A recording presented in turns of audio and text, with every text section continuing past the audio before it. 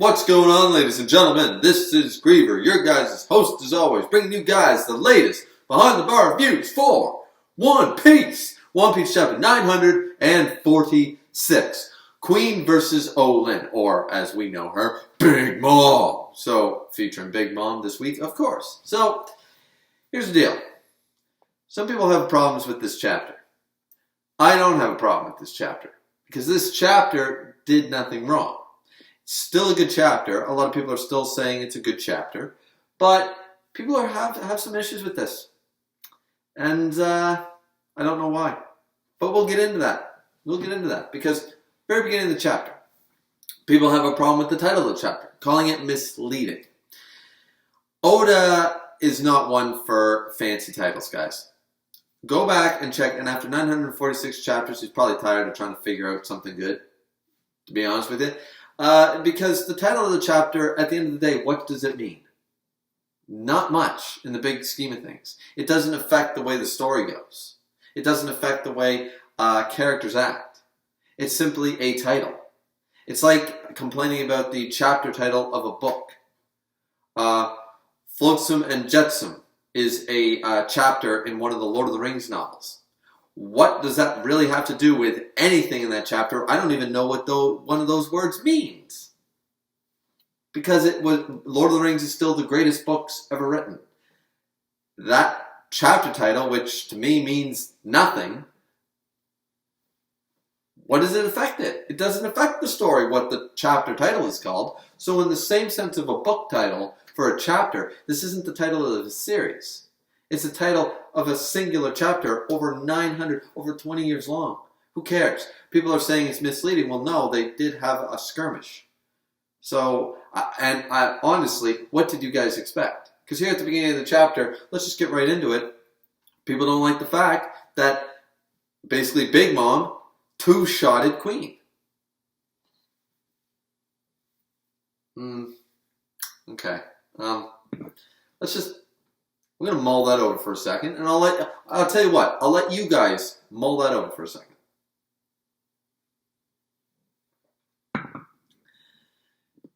You done mulling? Because Big Mom is a Yonko, one of the 4 strongest pirates in the verse. And you want a second-tier Yonko commander to fight her evenly? Okay. Alright. I mean, we knew where this was going to go, did we not? Like, at the end of the day, Queen is a second-tier Yonko commander. Not even the first mate. That's King.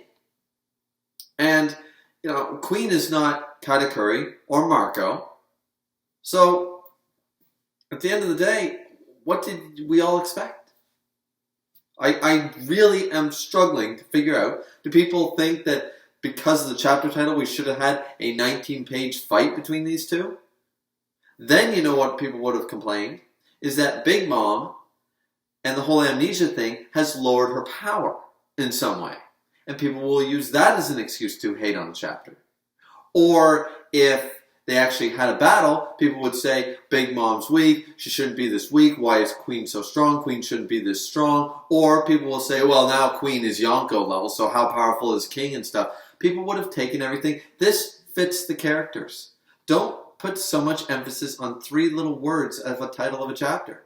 It's not a big deal. Ignore it. Half the time, I have to go and recheck when I make this page that you probably see right now. I have to actually go back to the scans and figure out what the title was. I know the chapter number because I review them, but I don't pay attention to the title.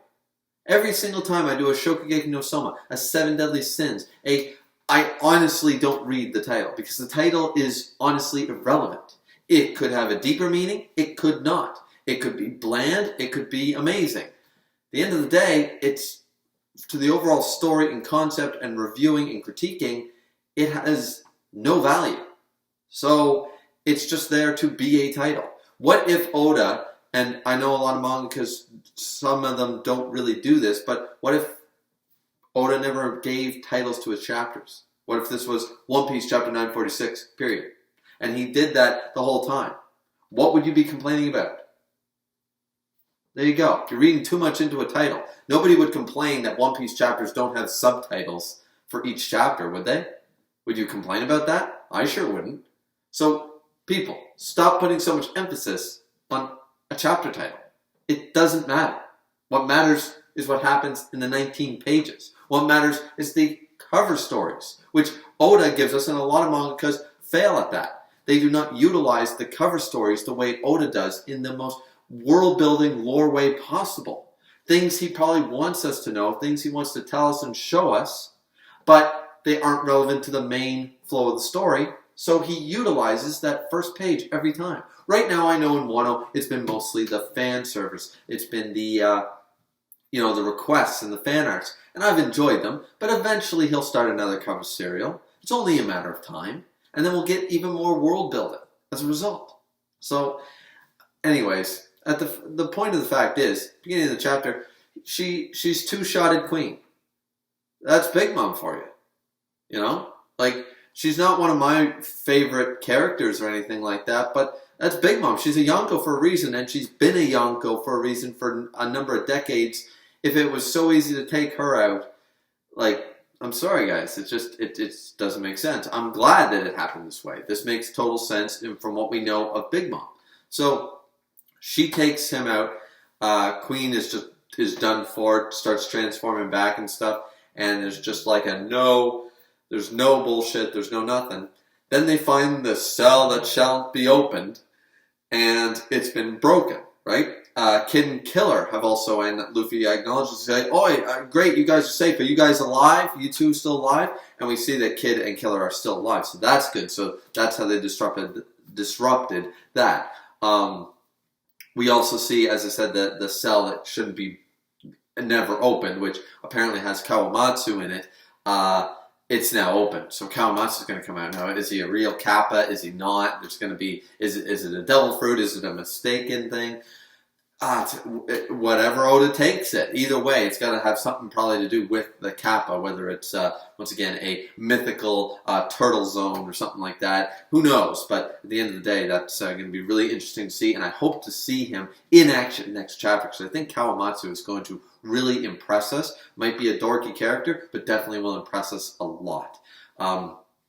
After this, we find out that the Schmails, the telepathic snails of Wano, their communications have been cut with Onigashima because they're like, what should we do about Big Mom? Should we, like, Queen's out? What should we do? What should we do? And they're like, well, we got to inform Kaido. We can't provoke her anymore. This is damn Big Mom, right? And these are the Beast Pirates. They know what that means. And they're saying, well, contact Kaido. And they can't because of the smell. So then we jump over to Raizo in the control tower of Udon Prison and stuff. And it's just like he's running around all nin, nin, nin, nin, nin, nin, nin, you know? And he's apparently made a pact with Caribou.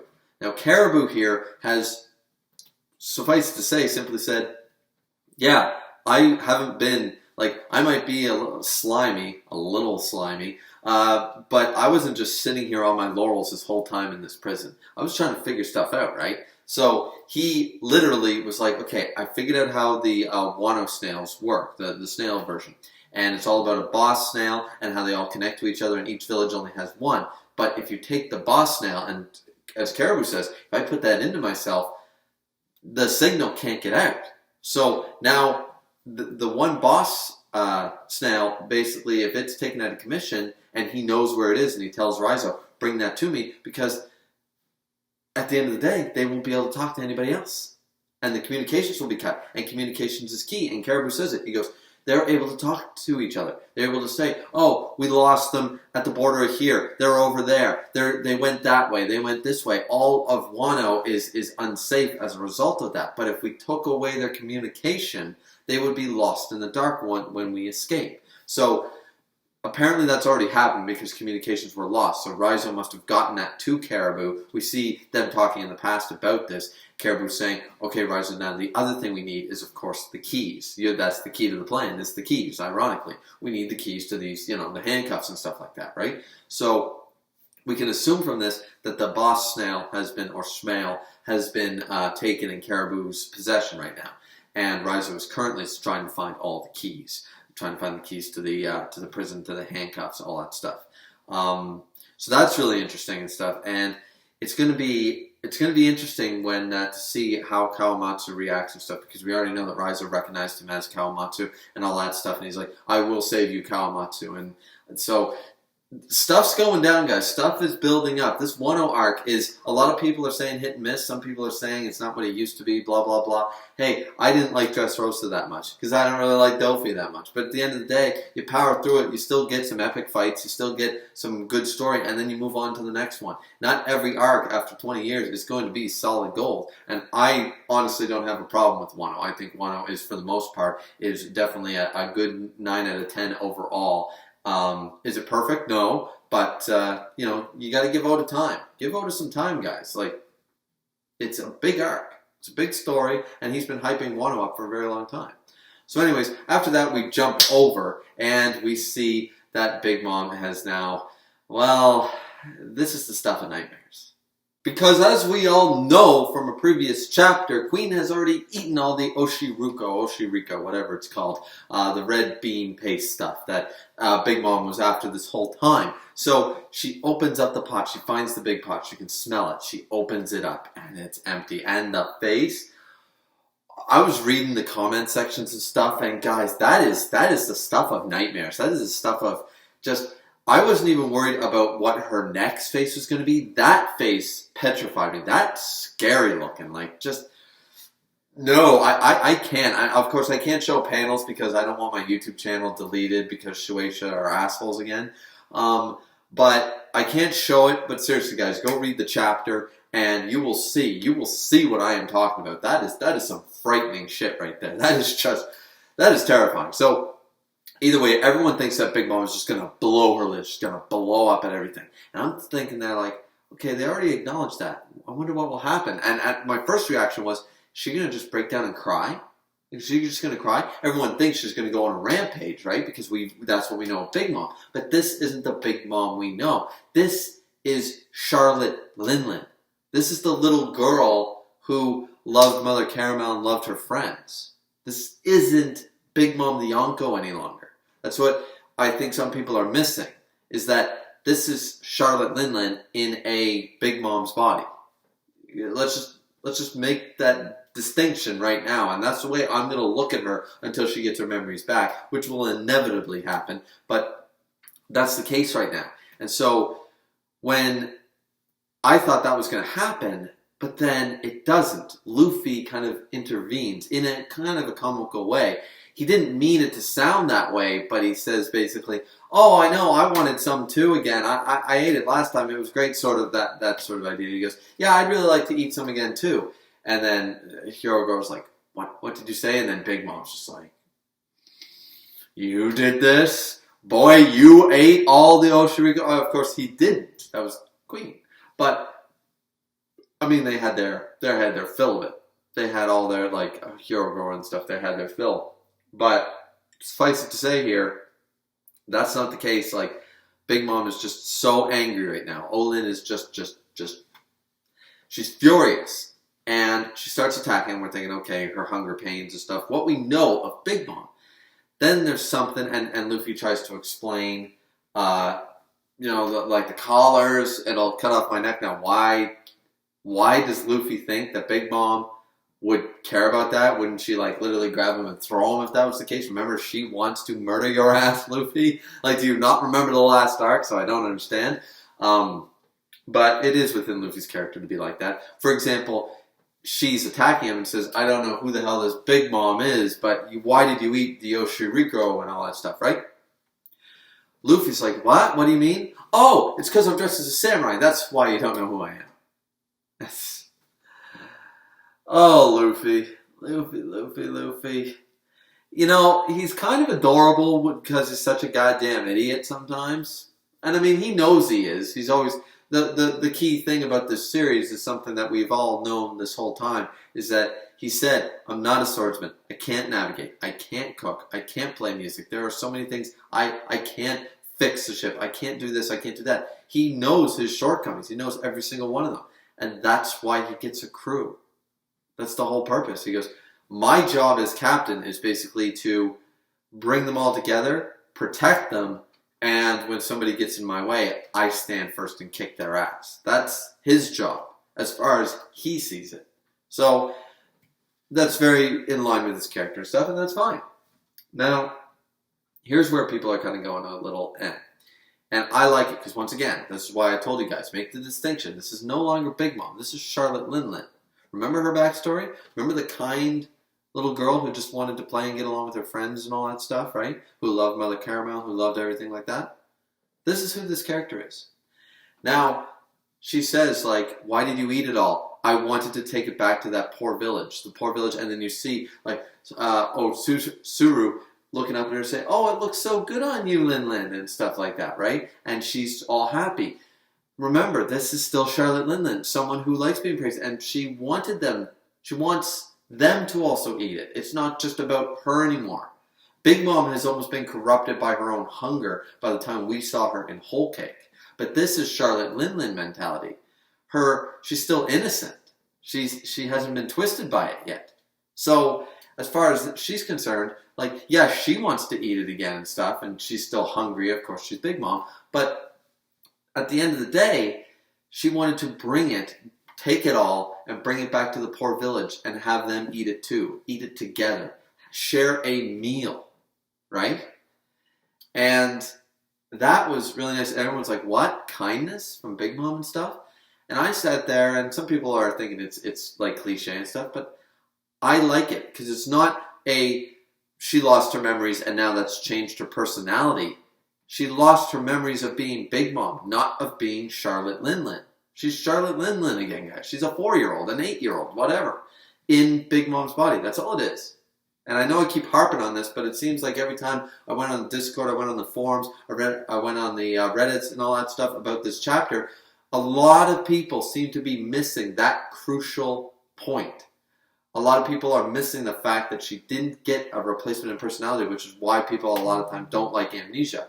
It's not that. She just reverted back to an earlier state that she already used to be. And that makes way more sense for an amnesia patient. Sometimes personality can, yes, sure, it can alter, it can change. But generally speaking, a lot of patients go back to a previous point in their life in a mental way.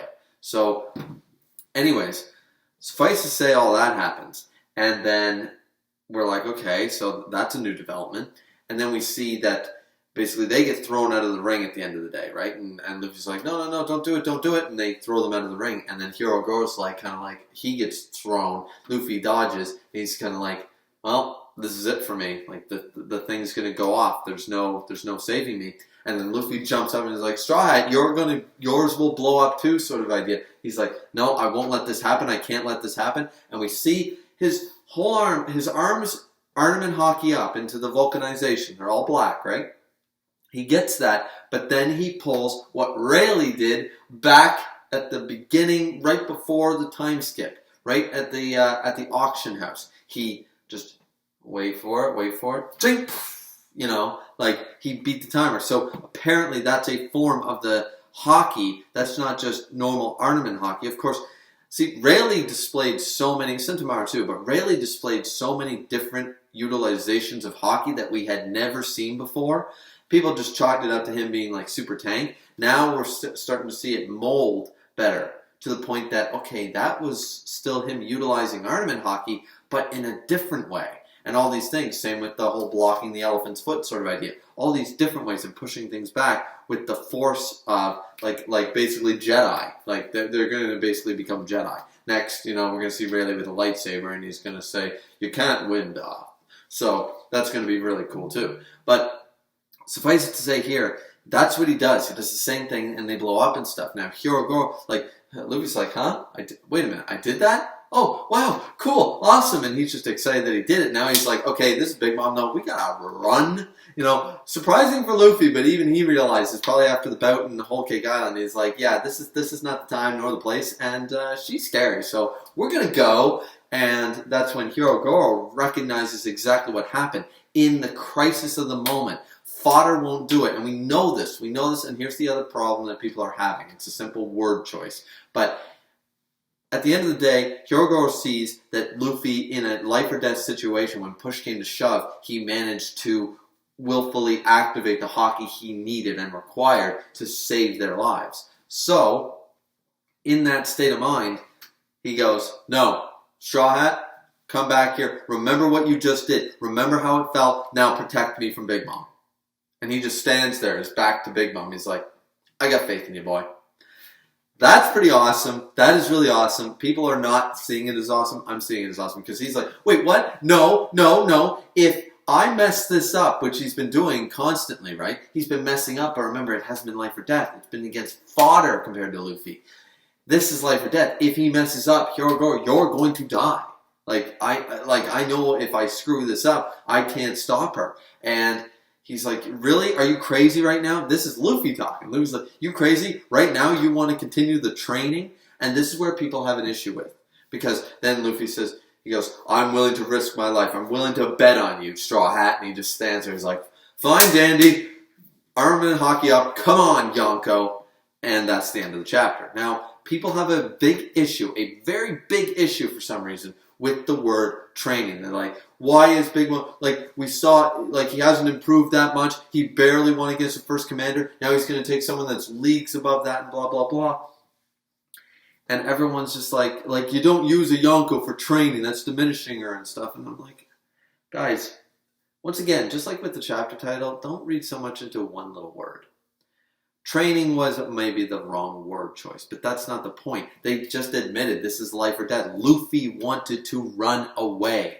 This is Hyogoro's idea and plan because he saw that during a life or death situation, Luffy was able to surpass the limits that he had and was able to use the haki he was after. So now he's thinking, okay, first time it worked, let's do it again. And what's a bigger threat than Big Mom?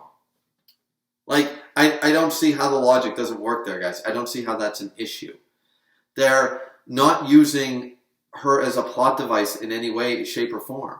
Like, had Big Mom not shown up, you could have replaced this threat level with Queen if you'd like. Would people have been unhappy about that? Like, that's what I don't understand.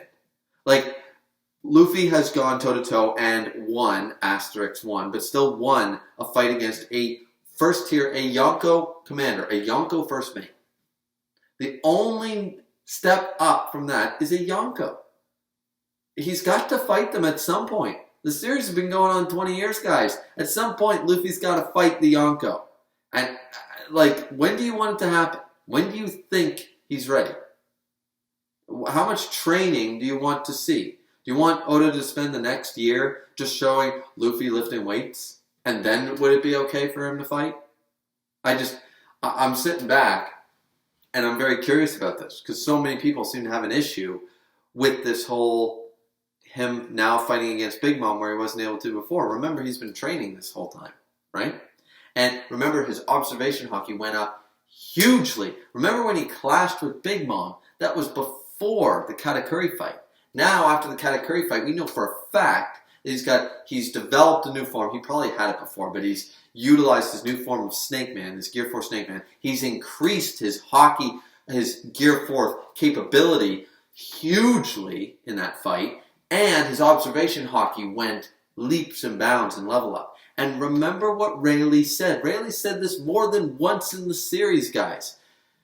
The very thing that Hyogoro is preaching right now is what Rayleigh told Luffy all along. Like, we can sit here and do all the training you want, but at the end of the day, and we can train you up great, but you're going to get 10 experience points. You look at it as a numbers game, guys.